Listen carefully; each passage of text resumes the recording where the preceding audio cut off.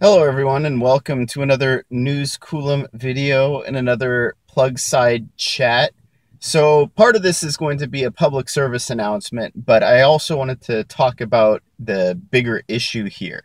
Just recently, a lot of the ChargePoint chargers along the Interstate 5 corridor have basically all gone down. They're 50 kilowatt tritium chargers, so some of the new sites that they've installed that were opening up the I-5 corridor between the Bay Area and Los Angeles, but also their chargers north of Sacramento too along the Interstate 5 corridor. Basically, everything that they've installed under the CEC, California Energy Commission grant funding. And that's problematic. And it's problematic for a couple of reasons. But the first is that really right now, they're the only public charging provider who is supporting the Interstate 5 corridor in any substantial way. Basically, if you're north of Sacramento, they're pretty much the only public charging network available along Interstate 5. And if you go between Sacramento and Los Angeles, specifically on Interstate 5, there are some other charging sites being built, like by Electrify America and Recargo, but none of them are even close to being online right now. So it is only ChargePoint. So, you know, chargers are going to go down. I've even seen systems issues. EVgo had a system outage one time about a year and a half ago, if I'm remembering correctly. Maybe it's been almost 2 years, but they got it resolved very, very quickly.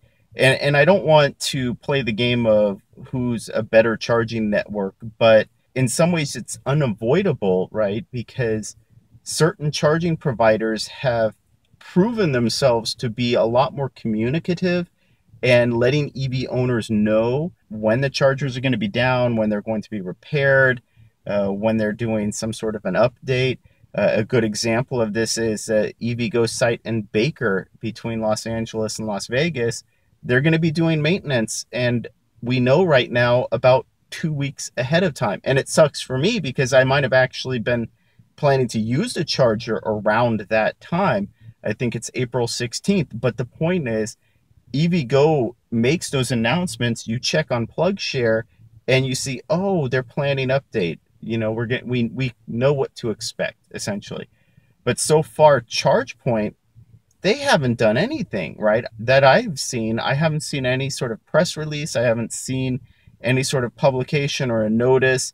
They didn't go on PlugShare and as a company update the chargers saying, hey, we're doing maintenance on these chargers. We're doing a software update on these chargers. It's only the level 2s that are going to be available and usable. I mean, so at least you're not going to get stranded. But if you're planning a 5, 6, 700, 1,000-mile trip, level 2 chargers aren't going to cut it if you have some sort of a time frame you're trying to follow. So even still, there wasn't even that basic communication that I've seen. No ETA on repairs.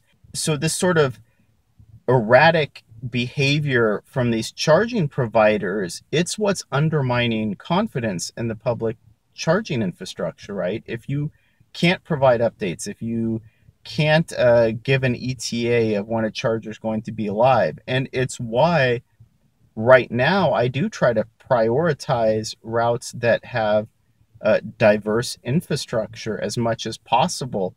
I mean, even still, you know, most of my routes are predominantly covered by EVgo. But if EVgo were down, theoretically, I could do the same route using ChargePoint, or likewise, if ChargePoint was down, I could use EVgo. But certain corridors right now, individual charging providers are a single point of failure, and that sucks. And look, I also don't necessarily want to bring Tesla in on this, but these types of events should be worrisome to Tesla owners as well. And it's part of the reason I would rather see Tesla as a charging provider be more universal in their scope and equipping their cars to be that way as well. The fact that the Tesla Model 3 owners right now don't even have an adapter as an option to use the public charging infrastructure, it means that if something happens with Tesla's software, someone hacks it, or someone vandalizes, as we've seen in the past, some of their charging locations, or systematically does it, now as a Tesla owner, you literally can't travel until they repair it.